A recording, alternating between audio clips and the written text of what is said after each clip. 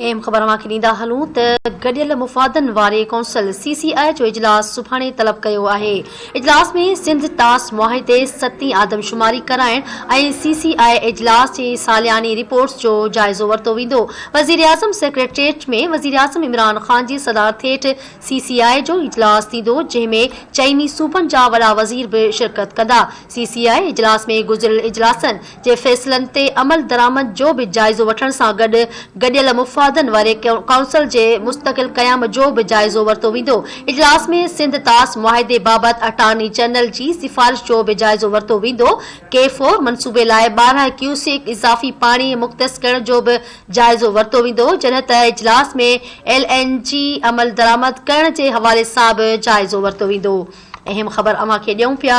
गॾियल मुफ़ादनि वारे council CCI जो इजलास सुभाणे तलब कयो वियो आहे। इजलास में सिंध तास मुआहिदे सती आदमशुमारी कराइण ऐं CCI इजलास जे सालियानी रिपोर्ट्स जो जाइज़ो वरितो वेंदो।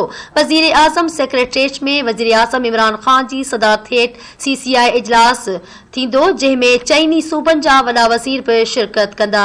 CCI इजलास में गुज़िरियल इजलासनि जे फ़ैसिलनि ते अमल दरामद जो बि जाइज़ो वठण सां गॾु गॾियल मुफ़ादनि वारे कौंसिल जे मुस्तक़िल क़याम जो बि जाइज़ो वरितो वेंदो, जॾहिं त इजलास में सिंध तास मुआहिदे बाबति अटार्नी जनरल जे सिफ़ारिशुनि जो बि जाइज़ो वरितो वेंदो।